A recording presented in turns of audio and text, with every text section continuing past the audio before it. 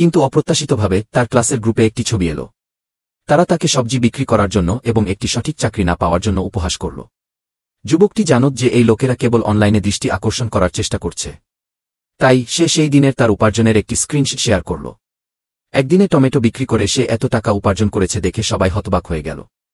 যারা একসময় তাকে গরিব বলে উপহাস করত, তারা এখন তার সাথে দেখা করার জন্য অনুরোধ করে ফোন করতে শুরু করল। তাদের এই সুযোগ সন্ধানী মনোভাব দেখে যুবকটি সঙ্গে সঙ্গে ফোন রেখে দিল। ঠিক কিছুক্ষণ পরেই ফোনটি আবার বেজে উঠল। এবার ফোনটি ছিল স্কুলের জনপ্রিয় মেয়েটি।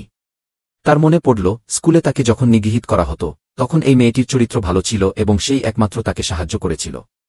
এখন বহু বছর পরে সে সবজি বিক্রি করছে জানতে পেরে মেয়েটি তাকে সেগুলো বিক্রি করতে সাহায্য করার একটি উপায় বাতলে দিল।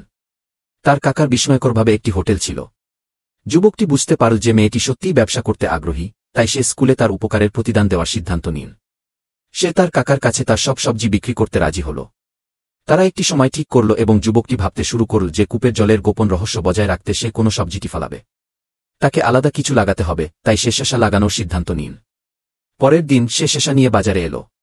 প্রতিশ্রুতি অনুযায়ী জনপ্রিয় মেয়েটি এলো। সে গুণগত মান দেখে খুব সন্তুষ্ট হল, কিন্তু যখন সে দাম দেখল তখন তার চোখ কপালে উঠল। প্রতিটি শসা $50, যা সাধারণের চেয়ে কয়েক ডজন গুণ বেশি দামি। যুবকটি ব্যাখ্যা করল যে এই শসাগুলো বিশেষ। সে তাকে একটি চেখে দেখার পরামর্শ দিল। এটি চেখে দেখার পর সে মিষ্টি স্বাদে মুগ্ধ হল।